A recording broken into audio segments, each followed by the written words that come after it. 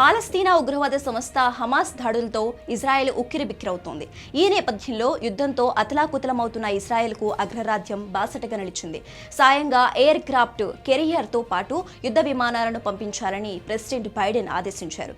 ఈ నేపథ్యంలోనే air craft కెరియర్తో పాటు యుద్ధ విమానాలు, నౌకలను రంగంలోకి దింపింది. ఇప్పటికే అమెరికాకు చెందిన యుద్ధ నౌకలు మధ్యధరా సముద్రంలో ఇజ్రాయెల్కు బయలుదేరాయి. భూ, వాయు మార్గాల్లో దాడులు చేసే క్షిపణుల్ని ఈ నౌకల ద్వారా పంపుతోంది. అంతేకాదు యుద్ధ నౌకల్లో దాడుల్ని ముందుగానే గుర్తించే అత్యాధునిక నిఘా పరిజ్ఞానం కూడా అందుబాటులో ఉంచింది. మరోవైపు అనేక అరబ్ దేశాలు హమాస్కు మద్దతుగా నిలుస్తున్నాయి. ఆఫ్ఘనిస్తాన్ భూకంప మృతుల సంఖ్య 2445కు చేరింది. ఇంకా ఎంతో మంది శిథిరాల కింద చిక్కుకుపోయారు. శనివారం మధ్యాహ్నం 6.3 తీవ్రతతో పశ్చిమ ఆఫ్ఘనిస్తాన్లోని హేరత్లో భారీ భూకంపం వచ్చిన విషయం తెలిసిందే. భూకంపం దాటికి 1220 గృహాలు పూర్తిగా ధ్వంసమయ్యాయి. సుమారు డజన్ సహాయ బృందాలతో పాటు మిలిటరీ, రెడ్ క్రీసెంట్ లాంటి ఎన్జీఓలు సహాయ కార్యక్రమాల్లో నిమగ్నమై ఉన్నాయి. వాషింగ్టన్లో సియాటిల్లో సోమవారం ఉదయం బలమైన భూకంపం సంభవించింది. పశ్చిమ వాషింగ్టన్లో ఆదివారం సాయంత్రం 4.5 తీవ్రతతో భూకంపం సంభవించింది. రాత్రి 7:21 మరో స్టోన్ ద్వీపం కింద భూకంప కేంద్రాన్ని గుర్తించారు. ఈ భూకంపం 57 కిలోమీటర్ల లోతున సంభవించింది. అయితే దీని ప్రభావంతో సునామీ వచ్చే అవకాశం లేదని అమెరికా జాతీయ సునామీ హెచ్చరికల కేంద్రం తెలిపింది. ఈ ప్రాంతం తీర ప్రాంతం ఎక్కువగా ఉండటంతో సునామీ రావచ్చనే అంచనాలు తప్పవని పేర్కొన్నారు.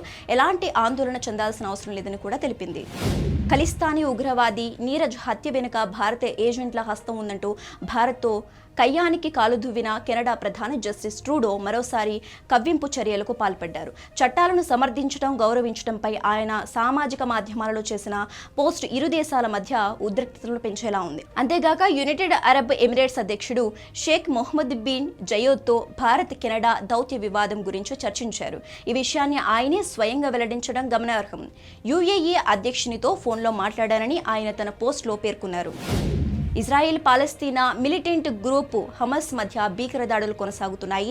ఇజ్రాయెల్పై హమస్ మెరుపు దాడులను రిపబ్లికన్ అధ్యక్ష అభ్యర్థులు నిక్కీ హేలీ, వివేక్ రామస్వామి సహా పలువురు ఇండో అమెరికన్లను ఖండించారు. హమస్ ఉగ్ర ముఖాలను మట్టుబెట్టాలని నిక్కీ హేలీ ఇజ్రాయెల్ను కోరారు.